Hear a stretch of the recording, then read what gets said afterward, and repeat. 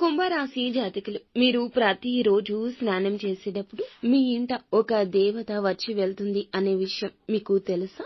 మీ ఇంటికి ఒకరు వచ్చి వెళ్తున్నారు.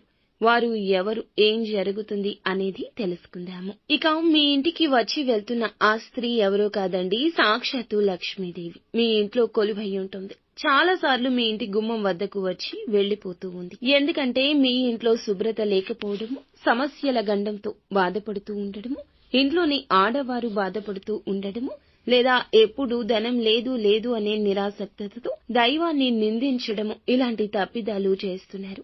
ఆ తప్పిదం ఇకనైనా మానుకోండి.